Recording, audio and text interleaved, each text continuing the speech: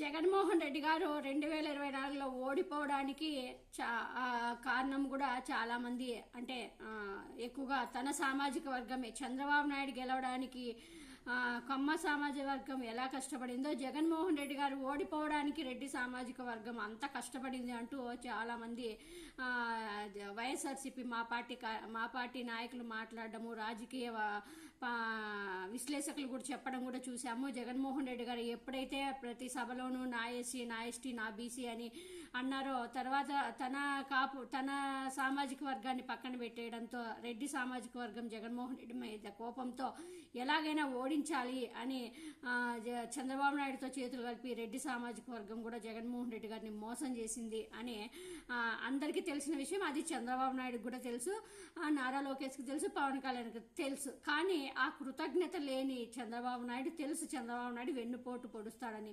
ఆ కృతజ్ఞత లేని చంద్రబాబు నాయుడు ఇప్పుడు అదే రెడ్డి సామాజిక వర్గానికి సంబంధించిన అధికారులపై కక్షగట్టి ఇప్పుడు రెడ్డి సామాజిక సంబంధించిన ఎవరైతే రెడ్డి అని పేరు పెట్టుకున్నారో ఆ అధికారులకి పోస్టింగ్ లీకోకుండా చంద్రబాబు నాయుడు వేధిస్తున్నట్టు తెలుస్తుంది. 15 మంది రెడ్డి సామాజిక వర్గానికి చెందిన డిఎస్పీలకు కనీసం 15 మందిలో ఒక్కరంటే ఒకరికి కూడా ఒక్క పోస్ట్ కూడా ఇవ్వకుండా పక్కన పెట్టేసినట్లుగా కూటమి ప్రభుత్వం, చంద్రబాబు నాయుడు ప్రభుత్వం తెలుస్తుంది.